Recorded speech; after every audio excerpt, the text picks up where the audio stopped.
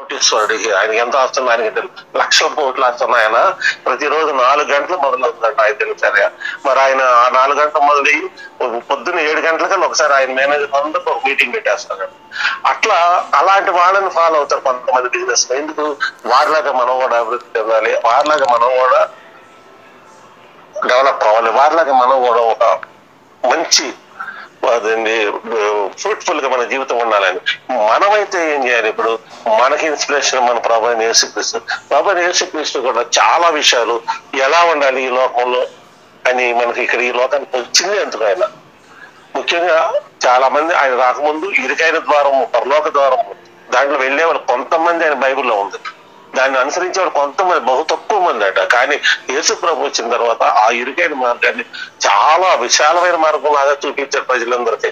చాలా తేలికైన మార్గం చూపించాడు. అలాగో ఇదేనా నేనందరూ కూడా మేము ఖచ్చితంగా అది మేము ఆ ఇరుకు మార్గంలో ప్రవేశిస్తాం, జీవరాజ్యానికి వెళ్తామని చాలా మంది అంటారు. అసలు యేసు ప్రభు లోకానికి రావడానికి తన మహిమ రాజ్యాన్ని, మహిమ దేహాన్ని వదిలేసేసి రక్త మాంసాలు కలిగినటువంటి మానవ రూపం, ఆది వాక్యం, వాక్యం దేవుని, వాక్యం దేవుడేను, ఆ వాక్యం శరీరధారి వచ్చి సంపూర్ణుడిగా మన మధ్య నిలిచిన యోహాను సువార్త 1వ అధ్యాయంలోనే మనం చూస్తాం. మరి ఆయన శరీరధారి మన మధ్య నిలిచాడు. ఎందుకు? మనం మనవులు కాబట్టి మనం పూర్తిగా అర్థం చేసుకోవాలనేది. మరి ఆయన మానవ రూపంలో మన దగ్గరకు వచ్చి రావటమే ఆయన ఎప్పుడైతే ఈ యొక్క బోధ చేయాలి, సేవ చేయాలనుకున్నాడు, మొట్టమొదటిగా ఏమంటే శోధింపబడ్డాడు, తర్వాత బాధపడ్డాడు, దుఃఖపడ్డాడు, అవమానపడ్డాడు, నిందించబడ్డాడు. ఆఖరికి మన కోసం ఆయన మరి ఒక మానవుడు ఏ విధంగా అయితే చనిపోతాడో ఆ విధంగా చనిపోయాడు కూడా. అయితే మానవుడు చేయండి ఆయన చేసేది ఏంటంటే చనిపోయి తిరిగి 3 లేచారు. అది అందుకే ఆది సంబుతుడిగా ఆయన ఇప్పుడు కనుకున్నారు అనమాట. అయితే ఆయన ఈ లోకానికి వచ్చినప్పుడు ఇన్ని బాధలు పడటం, ఇంత దుఃఖపడటం, ఆయన ఏడ్చాడు కూడా. కొన్ని సువార్తలను చూసి మనం చూస్తాము. ఆయన ఏడవటం కూడా చూస్తాం అనమాట. మరియా మార్త వీళ్ళు ఏడ్చినప్పుడు ఏడుస్తాడు ఆయన సోదరుడు గురించి, ఈయన కూడా ఏడుస్తాడు. అట్లా 2-3 చోట్ల యేసుప్రభు ఏడవటం కూడా మనం చూస్తాం. ఎంతగా ఒక దేవుడై ఉండి, దైవ స్వరూపమై ఉండి ఆయన మొత్తం తగ్గించుకొని ఇక్కడికి వచ్చాడు. ఎందుకంటే మనల్ని రక్షించడానికి. ఎందుకు మనల్ని రక్షించడానికంటే సింపుల్ చేసేసాడు. ఏంటంటే యేసుప్రభుని నోటితో ఒప్పుకుంటే నువ్వు రక్షణ పొందుకుంటున్నావు. ఆయన చనిపోయి తిరిగి 3 గంటలు లేచారని, తండ్రి అయిన దేవుడు ఆయన లేపారని, ఆయన కుడిచే కూర్చొని ఉన్నారని, సజీవులుగా మృతులకు తీర్పు చేయడానికి ఆయన ఈ లోకానికి వస్తారని నువ్వు విశ్వసిస్తే ఆ విశ్వాసం ద్వారా నీతిమంతులు చెప్పేశారు, తండ్రితో సమాధానం పరిచారు. మనం ఇంత సింపుల్ అండి. అది మరి దేవుడు యేసుప్రభు వారి యొక్క రాకకి ఒక ముఖ్య ఉద్దేశం అది అన్నమాట. మనం పూర్తిగా దేవుని పిల్లలుగా చేశాడు. ఆ యేసుప్రభుని మనం అంగీకరిస్తే దేవుని పిల్లలు అయ్యామని యోహాను సువార్తలో 1వ అధ్యాయంలో ఉంది. అంతగా మరి దేవుడు యేసుప్రభు ఈ లోకానికి వచ్చి మనం ఇంతగా ఆయన వైపు తిప్పుకోవడానికి, దేవుడి వైపు తిప్పడానికి, మనం దేవుని వైపు, తండ్రి వైపు తిప్పడానికి, మనం రక్షణ మార్గం తిప్పడానికి ఆయన చాలా విషయాలు చేశారు అనమాట ఈ లోకంలో ఉన్నప్పుడు. అందుకే ఆయన్ని మనం ఈ రోజున ఆయన చేసినప్పుడు చాలా విషయాలు మనకి ఆయన ఒక మాదిరిగా మనిషికి కనిపించారు. మనిషి రూపంలో ఉన్నారు కానీ ఆయన ప్రతి కదలిక, ప్రతి మాట, ప్రతి పని కూడా ఒక విశిష్టత పోలి ఉంది, ఒక ప్రత్యేకత పోలి ఉంది. అంటే ప్రతి ఒక్కరు అది చూస్తే ఖచ్చితంగా మనం కూడా ఇలా చేస్తే మరి మన జీవితాలు కూడా ఇలా ఉంటాయనేది మనకి ఈ రోజు మనకు అర్థమవుతుంది. అందుకే మనం ఈ రోజు అంశము క్రీస్తు పోలిన జీవితాన్ని, మన క్రీస్తుని అనుసరించాలి అనేటువంటి అంశంగా ఈరోజు మనం తీసుకున్నాం. దాని గురించి కొంచెంసేపు మనం వాక్యధ్యానం చేద్దాం. ఎందుకంటే చాలా చోట్ల ఇప్పుడు ఎంప్లాయీస్ ని పర్సనల్ డెవలప్మెంట్ అంట. చాలా మంది ఎంప్లాయీస్ వర్క్ వస్తుంది కానీ వాళ్ళు పర్సనల్ గా ఎక్కువ, అంటే వాళ్ళలో ఒక విధమైనటువంటి వాళ్ళలో ఉన్నటువంటి టాలెంట్ బయటికి రాదు. కానీ వర్క్ తెలుసు కానీ టాలెంట్ ఉండదు. కొంతమందికి టాలెంట్ ఉండదు కానీ వాళ్ళకి మంచిగా తెలివితేటలు ఉండదు, వర్క్ ఎలా చేయాలో తెలియదు. ఇలాంటి వాళ్ళందరినీ ఒక పర్సనల్ డెవలప్మెంట్ గా, ఒక మెంటర్ గా కొంతమందిని పిలుస్తారు అనమాట. వాళ్ళతో క్లాసులు ఇప్పించి వాళ్ళ ఉన్నటువంటి తెలివిని, జ్ఞానాన్ని బయటకు తీస్తారు. అట్లాగే మరి యేసుప్రభు వారు కూడా మన దగ్గరికి వచ్చి మనలో ఉన్నటువంటి ఏదైతే మనలో ఉన్నటువంటి చెడ్డ తలంపులన్నీ బయటకు తీసి, చెడ్డ కోరికలన్నీ బయటకు తీసి దేవుని వైపు తిప్పారు ఆయన. అసలు యేసుప్రభు వారిని మనం పోలి జీవించడం అంటే ఒక సింపుల్ గా ఒక మాటలో చెప్పాలంటే మనం ఎవరైతే యేసుప్రభుని సొంత రక్షకుడు అంగీకరించామో ఆయన ఈ లోకంలో ఉన్నప్పుడు మనకి ఆయన ఇచ్చినటువంటి ఉపదేశాలు, ఆయన ఇచ్చినటువంటి ఉపమానాలు, ఆయన ఇచ్చినటువంటి ఆజ్ఞలు, సందేశాలు అవన్నీ కూడా ఒక్కసారి మనం జ్ఞాపకం చేసుకుంది. సువార్తలు 4 సువార్తలలో ఆయన మొత్తం స్వయంగా మాట్లాడిన మాటలు ఉన్నాయి బైబిల్లో. అవన్నీ కనుక మనం చదువుకుని అవన్నీ విని అవన్నీ విశ్వసించి సువార్తకు లోపడితే చాలు, మనం యేసుక్రీస్తుని పొందిన జీవితంలో మనం వెళ్తాము. ఎందుకంటే యేసుప్రభు వారు చేసినటువంటి 3.5 సంవత్సరాల పరిచర్య అయినా కానీ ఆయన చేసిన పరిచర్య ఎలాంటిదంటే ఆయన ఎంతో మంది రక్షించాలి కాబట్టి నశించిపోవాలని రక్షించడానికి వెదక రక్షించడానికి వచ్చారు అన్నాడు.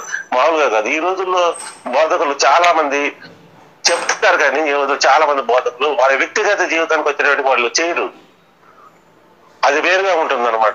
చెప్పడానికి మాత్రం చాలా చెప్పేస్తారు, అది చేయకూడదు ఇది చేయకూడదు, కానీ వాళ్ళకి తెలిసి ఇంటర్నల్గా అన్నీ చేస్తూ ఉంటారు వ్యతిరేకమైన.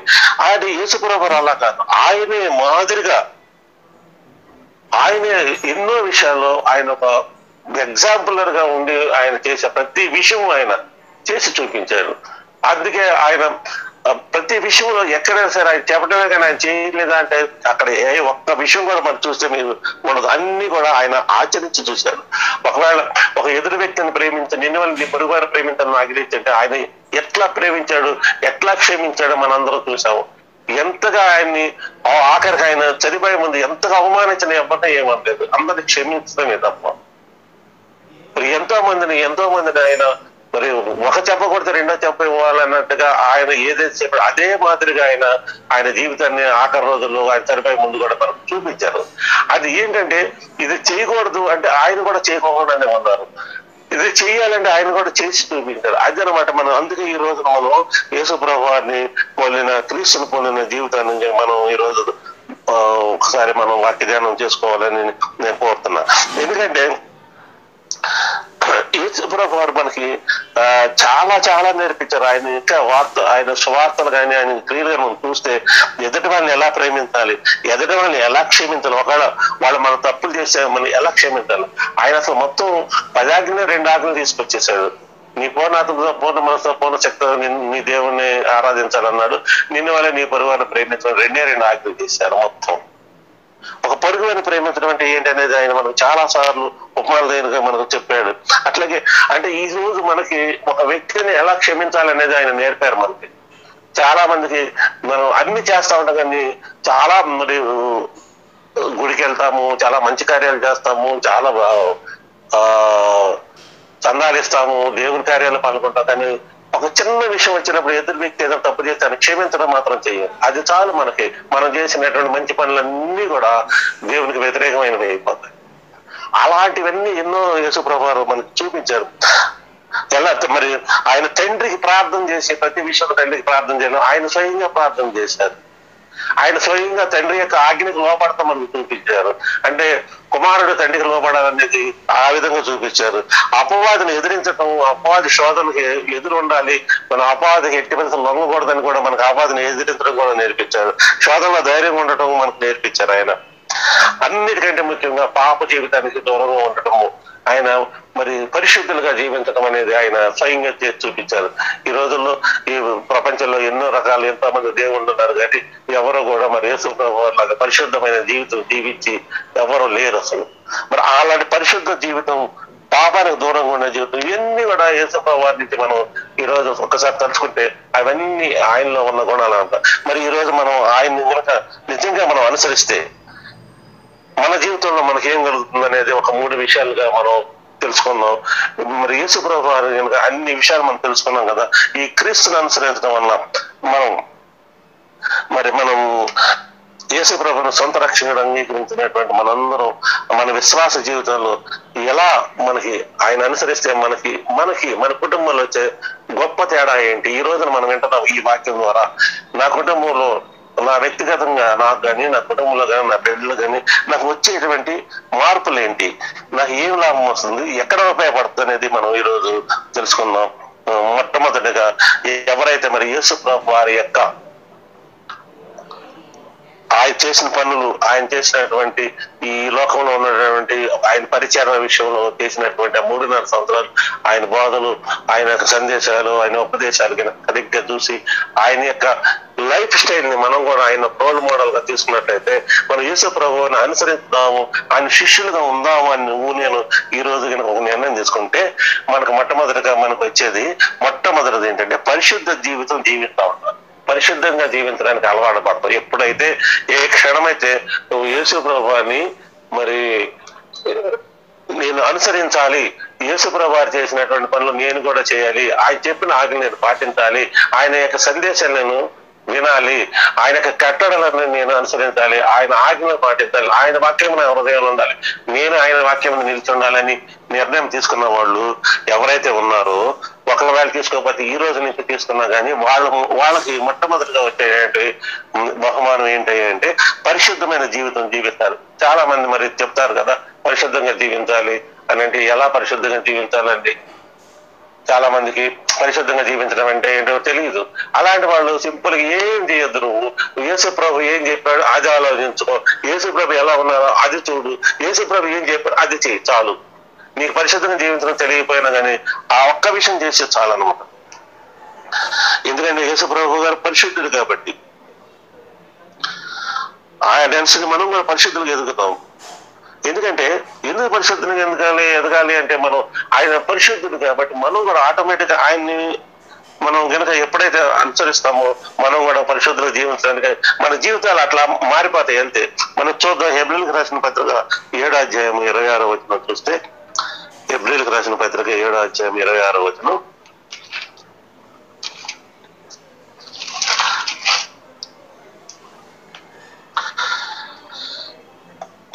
పవిత్రుడును నిర్దోషియు నిష్కలుడును పాపులలో చేరక ప్రత్యేకంగా ఉన్నవాడును ఆకాశ మండలము కంటే మిక్కిలి హెచ్చైన వాడనైన ఇట్టి ప్రధాన యాజకుడు మనకు సరిపోయిన వాడు. ప్రభువైన యేసుక్రీస్తు గురించి రాసినటువంటి ఇక్కడ ఎంత చక్కని వాక్యం అంటే ఆయన ఎలాంటి వాడు అంటే పవిత్రుడు, నిర్దోషి, నిష్కలుషుడు, పాపులలో చేరక ప్రత్యేకంగా ఉన్నవాడు, ఆకాశ మండలము కంటే మిక్కిలి హెచ్చైన వాడు, ఇట్టి ప్రధాన యాజకుడు అంటే మనం ప్రభువైన యేసుక్రీస్తు అన్నమాట. ఆయన అలాంటి పరిశుద్ధమైనటువంటి అంత గొప్ప వ్యక్తిత్వం కలిగిన జీవితం కలిగినది కాబట్టే మనం ఆయన్ని బోధలు అనుసరించాలన్నమాట. ఒక వ్యక్తి మంచివాడు కాకపోయినప్పుడు మనం ఆయన ఎన్ని పుస్తకాలు రాసినా, ఎన్ని ప్రసంగాలు చెప్పినా, ఎన్ని చేసినా ఆయన పరిశుద్ధంగా జీవించినప్పుడు లేకపోతే ఆయన వ్యక్తిగతంగా మంచిగా లేనప్పుడు మనం ఆయన్ని మనం పాటిస్తాము, ఎవరికి పాటించము. ఇక్కడ కూడా అదే నన్ను అందుకే ఈ వాక్యం చెప్తుంది ఆయన యొక్క గొప్పతనం ఏంటంటే పవిత్రుడు, నిర్దోషి, నిష్కలుషుడు, పాపులలో చేరకుండా ప్రత్యేకంగా ఉన్నవాడు, ఆకాశ మండలం కంటే హెచ్చైన వాడు. అది ఆయన యొక్క గొప్పతనం అన్నమాట. అలాంటి వ్యక్తిని మనం కనుక మన జీవితాల్లో ఆయన అనుసరించాలని ఎవరైతే నిర్ణయించుకుంటారో మనం కూడా అలాగే పరిశుద్ధంగా జీవిస్తాం. యేసుని మనం అనుసరిస్తే మనలో ఉన్న అజ్ఞాత సంబంధమైనటువంటి ఆశలు, అంటే ఈ లోక సంబంధమైన ఆశలు, పాపం సంబంధించినటువంటి చీకటి ఆశలు, చీకటి కోరికలు ఇవన్నీ కూడా మనం బయటకు వచ్చేసి మనం దేవుని పిల్లలుగా మార్చబడతాం. 1 పేతురు 1వ అధ్యాయము 14-16 వచనాలు చదివితే, 1 పేతురు 1వ అధ్యాయం 14-16లో దేవుడు అంటున్నాడు నిజంగా మరి ఎందుకు మన పరిశుద్ధంగా జీవితం అలవాటు పడతాము, ఎందుకు మన పరిశుద్ధంగా జీవితం చెప్తున్నట్టు, నేను పరిశుద్ధుడనే ఉన్నాను కనుక మీరు పరిశుద్ధులై ఉండడని వ్రాయబడి ఉన్నది. కాగా మీరు విధేయులకు పిల్లలై మీ పూర్వపు అజ్ఞాన దశలో మీకుండిన ఆశలను అనుసరించి ప్రవర్తింపగా మిమ్మల్ని పిలిచిన వాడి పరిశుద్ధుడైన ప్రకారము మీరును సమస్త ప్రవర్తన యందు పరిశుద్ధులై ఉండడి. ఈ వాక్యం మనకి చాలా చక్కగా మనకి హెచ్చరిస్తుంది. ఏంటంటే నేను పరిశుద్ధుడై ఉన్నాను కనుక మీరును పరిశుద్ధులై ఉండడని రాయబడి. మీరు విధేయులకు పిల్లలై పూర్వపు అజ్ఞాన దేశంలో మీకుడిన ఆశలు, అంటే ఇప్పటి వరకు మనం ఈ లోకాశల వైపు పరిగెత్తు ఉన్నా కానీ ఇప్పుడు తీసేసేసి దాన్ని వదిలేసేసి ఆ అజ్ఞాన దశలో నుంచి ఆ చీకటి దశలో బయటకు వచ్చేస్తే ఏమంటున్నాడు, ఆశను అనుసరించి ప్రవర్తింపగా మిమ్మల్ని పిలిచిన వాడు, మన పిలిచిన వాడు ఎవరండి, మన ప్రభువైన యేసుక్రీస్తు. మిమ్మల్ని పిలిచిన పరిశుద్ధులైన ప్రకారం మీరును సమస్త ప్రవర్తన యందు చక్కగా వాక్యం చెబుతున్నాం. అంటే మనం కాబట్టి మనం ఏం చేయాలి?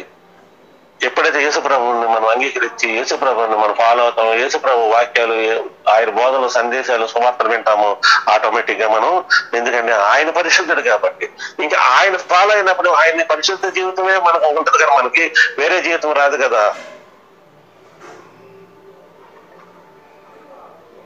ఆ విధంగా మనకి ఆటోమేటిక్ గా మనం కూడా మన వ్యక్తిగత జీవితంలో మనం ఎప్పుడైతే యేసుప్రభు వారిని మనం సెంటర్ పాయింట్ గా పెట్టుకుంటామో ఆటోమేటిక్ గా మీలో ఉన్నటువంటి ఈ చీకటి ఆశలు, కోరికలు, అపరిశుద్ధమైనటువంటి ఆలోచనలు ఇవన్నీ బయటకు వెళ్ళిపోతాయి. పరిశుద్ధమైనటువంటి దేవుని యొక్క కార్యాలు మనలోకి వస్తాయి. మన జీవితాలు, మన బిడ్డల జీవితాలు, మన కుటుంబంలో అన్ని ఆటోమేటిక్ గా పరిశుద్ధమైనటువంటి జీవితాలకి మనం అలవాటు పడతాం. రెండవదిగా ఎవరైతే మరి యేసుప్రభుని, క్రీస్తుని మరి ఒక గొప్ప రోల్ మోడల్ గా అంగీకరిస్తారో వాళ్ళకి రెండో విషయం ఏంటంటే వాళ్ళు దేవుని యందు విశ్వాసం పెరుగుతుందంట. దేవుని యందు విధేయత, విశ్వాసం పెరుగుతుందంట. అంటే చాలా మంది విశ్వాసం లేకుండానే జీవిస్తూ ఉంటారు. పేరుకి మాత్రం నేను విశ్వాసిని అని చెప్తా ఉంటారు, నేను పేరుకి మాత్రం నేను రక్షణ పొందుకున్నానని చెప్తారు, పేరుకి మాత్రం నేను యేసుప్రభుని సొంత రక్షణ అంగీకరని చెప్తారు. కానీ వాళ్ళ విశ్వాసం చాలా తక్కువ ఉంటుంది. చెప్పాలంటే చాలా 10%, 5% చెప్పడానికి బయటకు మాత్రం బాగానే ఉంటారు. కానీ అది ఆ విశ్వాసం మనలో పెరగాలి, కాన్ఫిడెన్స్ మరి ఫెయిత్ఫుల్నెస్ పెరగాలని. కొంతమంది స్టూడెంట్స్ ఉంటారు, వాళ్ళు మరి చక్కగా చదువుకుంటారు, చక్కని జ్ఞానం ఉంటుంది, కానీ ఆ ఎగ్జామ్స్ కి వచ్చేటప్పటికి వాళ్ళు ఎక్కడో ఏదో ప్రాబ్లం వస్తుంది, సరిగ్గా రాయలేరు. కొంతమంది అయితే సరే, కొంతమంది రాసిన తర్వాత మంచి మంచి జాబులకి వెళ్ళినప్పుడు ఇంటర్వ్యూలో వాళ్ళు ఒక విధమైనటువంటి వాళ్ళ కాన్ఫిడెన్స్ లేక మరి జాబులు పొందలేరు. వాళ్ళ తెలివి ఉంటుంది, జ్ఞానం ఉంటుంది, చదువు ఉంటుంది, మంచి మార్కులు ఉంటాయి, కానీ ఆ ఇంటర్వ్యూలో వాళ్ళకి ఒక విధమైనటువంటి కాన్ఫిడెన్స్ లెవెల్స్ తక్కువ ఉండి, అంటే వాళ్ళ మీద వాళ్ళకి నమ్మకం లేకపోవడం. ఆ నమ్మకం లేకపోవటం మూలంగా వాళ్ళు ఎంతో మంచి మంచి జాబులు పోగొట్టుకుంటారు. అట్లాగే మన మీద మనకు నమ్మకం ఉండి మనం దేవుని మీద విశ్వాసం ఉండాలంటే మనం యేసు ప్రభువుని మనం అనుసరించాలి. అలా మరి యేసు ప్రభువు మీద అనుసరించబడి విశ్వాసం అనేది రాదు. విశ్వాసం లేని జీవితాలు జీవిస్తూ ఉంటాం. ఎందుకంటే మన జీవితాలు యేసు ప్రభు చెప్పకుండా దేవుని వాక్యానికి, వాగ్దానాలకి మనం సమయం ఇవ్వకుండా ఉంటే మనలో విశ్వాసం ఎట్లా వస్తుంది? ఎప్పుడైతే యేసుప్రభు గారి వైపు మన యొక్క హృదయాలు తిప్పుతామో, యేసుప్రభుని మనం అనుసరిస్తామో, అప్పుడు ఏమవుతుంది? మనకి దేవుని వాక్యం మీద ఇంట్రెస్ట్ వస్తుంది, వాగ్దానాల మీద ఇంట్రెస్ట్ వస్తుంది, విశ్వాసం వస్తుంది. అప్పుడు మనం ఏమవుతాం? ఆటోమేటిక్ గా మనం ప్రభు యేసుక్రీస్తు ద్వారా మన తండ్రి దేవుని వైపు కూడా తిరుగుతాం అనమాట. ఎప్పుడైతే తండ్రి దేవుని వైపు తిరుగుతాం, మనకి కృప వెంబడి కృపలో మనకు ఆశీర్వాదాలు పొందుకుంటాం.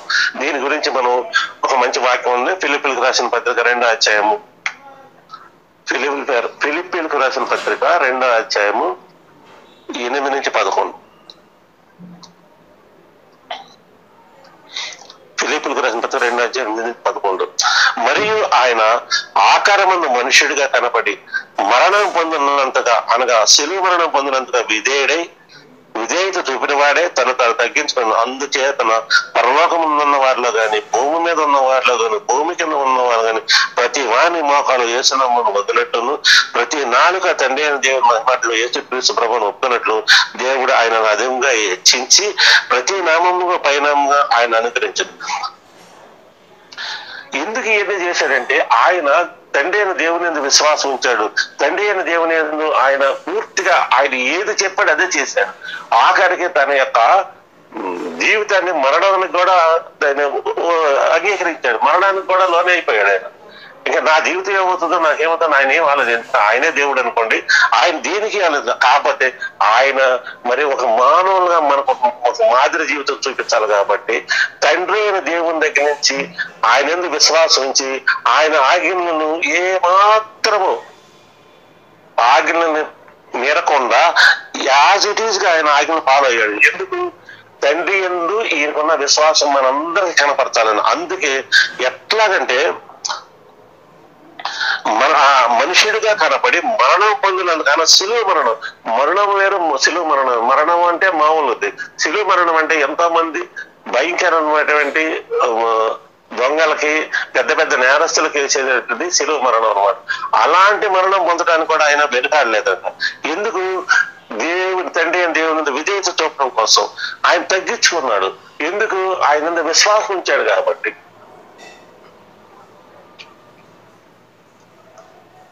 ఇక్కడ మరి మనం కూడా దేవుని విశ్వాసం అంటే మనం కూడా ఇలా ఈ విధంగా ఎట్లా అయితే దేవుడు ఆయన హెచ్చించాడు, అన్ని నామాల కన్నా పైనామం హెచ్చించాడు, ఈ రోజు నిన్ను నన్ను మన కుటుంబాన్ని కూడా దేవుడు హెచ్చిస్తాడు. ఎప్పుడైతే మనం దేవుని యందు విధేయత విశ్వాసంతో ఉంటామో తండ్రి అయిన దేవుడు మనల్ని హెచ్చిస్తాడు. మనందరికి తెలుసు, అబ్రహాం గారిని నువ్వు లేచి ఇక్కడ నుండి ఇమీడియట్ గా నువ్వు లేచి నేను చెప్పే స్థలానికి వెళ్ళమంటే ఆయన ఎక్కడికి వెళ్ళాలి, ఏం చేయాలి, ఎంతమంది వెళ్ళాలి, మరి ఇప్పుడే వెళ్ళాలా, రేపు వెళ్ళాలా, తర్వాత వెళ్ళాలా, వెంటనే ఆయన ఏం చెప్పాడు అది చేశాడంతే. మరి అప్పుడు ఆయన ఏమన్నా ఆయన తెలుసా, ఆయనకి ఏమన్నా నువ్వులుందా, ఏముంది, ఏమీ లేదు. దేవుని ఫాలో, అది విశ్వాసం అంటే. అట్లాగే మనం ఎప్పుడైతే మన దేవుని మన వాక్యం ఏమి మనకి బోధిస్తుందో అది మనం గుడ్డిగా ఫాలో అవటమే దేవుని యందు విశ్వాసం ఉంచుతాం. ఎప్పుడైతే దేవుని యందు విధేయత విశ్వాసం మనం ఉంచుతామో మరి దేవుడు మనకి తండ్రి అయిన దేవుడు మనకి అన్ని విషయాలు మనల్ని బాగా ఇచ్చేసాడు. అందుకే మనం ఎప్పుడైతే క్రీస్తుని పోలి, క్రీస్తు ఏ విధంగా తండ్రికి విశ్వాసంతో ఆయన తను తగ్గించుకుని శిలువ మరణం పొంది ఎంతగా విధేయత చూపించాడో మనం కూడా క్రీస్తుని అనుసరిస్తే, మనం కూడా క్రీస్తుని కనుక క్రీస్తు పోలిన జీవితం మనం జీవించాలనుకుంటే మనం కూడా అంతగా తగ్గించుకుంటాం. ఆటోమేటిక్ గా అంతగా తండ్రి దేవుడి దగ్గర అయితే మనం కూడా హెచ్చింపబడతాం అనేది ఈ రోజు మనకి దేవుని విధేయత విశ్వాసం పెరుగుతుంది. రెండో విషయం. మూడో విషయంగా మనకి ఎవరైతే దేవుని క్రీస్తు యేసుని అనుసరిస్తూ ఉంటారో జీవితంలో వాళ్ళు మూడోది పొందుకుంటారు ఏంటంటే అంత్యజనమున లేపబడతాము, అంటే నిత్య జీవాన్ని పొందుకుంటాము అని అర్థం. అంత్యజనము లేపబడతాం. యేసుప్రభు యోహాను సువార్త 14:6-7 ఏమంటారంటే నేనే మార్గము సత్యమును జీవము, నా ద్వారానే తప్ప ఎవడను తండ్రి యొద్దకు రాడు, మీరు నన్ను ఎరిగి ఉంటే నా తండ్రిని ఎరిగి ఉందరు. అంటే యేసుప్రభు ఖచ్చితంగా మరి తండ్రి దగ్గరికి వెళ్ళాలంటే ఏమన్నాడు, నా ద్వారానే తప్ప ఎవడు తండ్రి యొద్దకు రాడు. ఇంకా క్లియర్ గా అర్థమైపోతుంది. మనం ఎప్పుడైతే యేసు ప్రభువుని సొంత రక్షకుడు అంగీకరించిన తర్వాత ఆయన అనుసరిస్తే ఆటోమేటిక్ గా మనం ఏం చేస్తాము, నేనే మార్గం సత్యము జీవము. ఎందుకంటే యేసు ప్రభు వారు తండ్రి అయిన దేవుని, యేసు ప్రభు దగ్గరికి వస్తే తండ్రిని చూసినట్లే, యేసు ప్రభు దగ్గరికి వస్తే తండ్రి దగ్గరికి వచ్చినట్లే. యేసు ప్రభుని మనం ప్రార్థిస్తే తండ్రిని ప్రార్థిస్తాం. ఎందుకంటే యేసు ప్రభు తండ్రి యొక్క ప్రతిరూపము, స్వరూపము. ప్రతిరూపం అంటే నీ అద్దంలో నీ ముఖం చూసుకుంటే అది ప్రతిరూపం, ఆ ముఖమే ఇక్కడ కనపడుతుంది. అట్లాగే యేసు ప్రభు వారు తండ్రి యొక్క స్వరూపం, తండ్రి యొక్క ప్రతిరూపం, తండ్రి యొక్క స్వరూపము. ఆయన దగ్గరికి వస్తే మనం ఇవన్నీ కూడా మనం మరి ఆయన అంటున్నా నేనే మార్గము, నేనే నీకు మార్గం చూపిస్తే ఎక్కడికి, పరలోకానికి, నేనే జీవ మార్గం, జీవాన్ని అంటున్నాడు. నువ్వు ఏ జీవ మార్గం, ఏ నిత్య జీవ కోరుకుంటున్నావో ఆ జీవం నేనేనయ్యా అని చెప్తుంటా యేసు ప్రభు. అంటే ఇక్కడ క్లియర్ గా చదివితే మనం దీని యొక్క అర్థం ఏంటంటే మన ప్రార్థనలు, మన విన్నపాలు తండ్రి దేవుని దగ్గరికి పాదాల దగ్గరికి వెళ్ళాలంటే, తండ్రి సన్నిధి చేరాలంటే ముందుగా మనం యేసు ప్రభువుని తెలుసుకోవాలి. అంటే యేసు ప్రభు ద్వారానే మన తండ్రి దగ్గరికి వెళ్తాం. అది మాత్రం చాలా మంది, కొంతమంది దాన్ని నెగ్లెక్ట్ చేస్తారు. కానీ యేసు ప్రభుని కనుక మనం తెలుసుకుని యేసు ప్రభు ద్వారా తండ్రి దగ్గరికి వెళ్ళాలి. కానీ తండ్రి డైరెక్ట్ గా వెళ్ళేది ఏది లేదనేది చాలా మంది తెలుసుకోవాలి. మరి ఎప్పుడైతే మనం తండ్రికి దగ్గరగా వెళ్తామో యేసు ప్రభు వారి ద్వారా మరి ఈ అంత్యజన్మలు లేపబడతామని అనుకుంటాం కదా, ఎప్పుడైతే తండ్రికి మనం దగ్గరికి వెళ్తామో ఆయన్ని మన కుమారుని ద్వారా ఒక గొప్ప బహుమానం మనకి ఇస్తారంట, కుమారుని ద్వారా. ఎందుకంటే మనం కుమారుని ద్వారానే తండ్రి దగ్గరికి వెళ్తున్నాము, తండ్రికి దగ్గర అవుతున్నాము. ఆ ఏంటి గొప్పదనం అంటే మనం ఇందాక చెప్పుకున్నట్టుగా యోహాను సువార్త 6వ అధ్యాయము, యోహాను సువార్త 6వ అధ్యాయము 37 నుంచి 30 నుంచి 40 వరకు చదువుతాను. యోహాను సువార్త 6వ అధ్యాయం. తండ్రి నాకు అనుగ్రహించిన వారందరూ నా ఎద్దకు వచ్చారు, నా ఎద్దకు వచ్చిన వారిని నేను ఎంత మాత్రం బయటకుతున్నాను. ఇప్పుడు మనం తండ్రి బిడ్డలు అయ్యాం కాబట్టి తండ్రి ఏం చేస్తారు, ఎంతమందిని అయితే పంపిస్తారో కుమారుడు అందరినీ ఆయన దగ్గర తీసుకుంటాడంట. మళ్ళీ 39వ వచనంలో చూడండి, అంత్యజనులను వారిని లేపి నన్ను పంపిన వారి చిత్తమై ఉన్నది, కుమారుని చూచి ఆయన విశ్వాసంతో ప్రతి వాడును నిత్యజీవం పొందుటే నా తండ్రి చిత్తము, అంత్యదినమున నేను వాడిని లేపు. ఇక్కడ క్లియర్ గా మనం చెప్పుకున్నట్టు మూడో విషయం ఏంటంటే అంత్యదినం లేపబడతాం అనుకున్నా అని చెప్పుకున్నాం కదా కదా. ఆ నిత్య జీవం ఎలా వస్తుంది అంటే మనకు కుమారుని చూచి 40వ వచనం చూడండి, 6:40 కుమారుని చూచి ఆయన యందు విశ్వాసం ఉంటూ ప్రతి వాడు నిత్య జీవం పొందుటే నా తండ్రి చిత్తము, అంత్య దినమున నేను వారిని లేపుతున్నాను. దీన్ని బట్టి ఈ రోజు మన యేసుప్రభు మనతో మాట్లాడినటువంటి 3 విషయాలు మనం ఆయన యేసుప్రభుని కనుక మనం అనుసరిస్తే, లేకపోతే క్రీస్తు పోలిన జీవితం మనం జీవితాలని ఎవరైతే నిర్ణయించుకుంటారో వారు 3 విధాలుగా వారు ఆశ్రయించబడతారు. 3 విధాలైనటువంటి విషయాలు వారి యొక్క జీవితంలో వస్తాయి.